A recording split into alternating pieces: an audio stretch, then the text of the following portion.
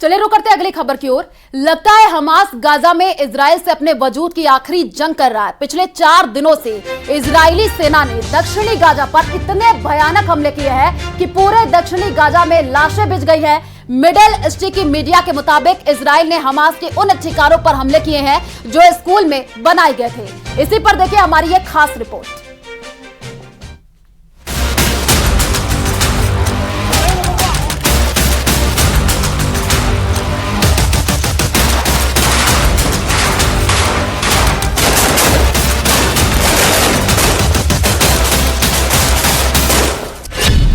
School में अड्डे, Hamas के उड़े चीथड़े।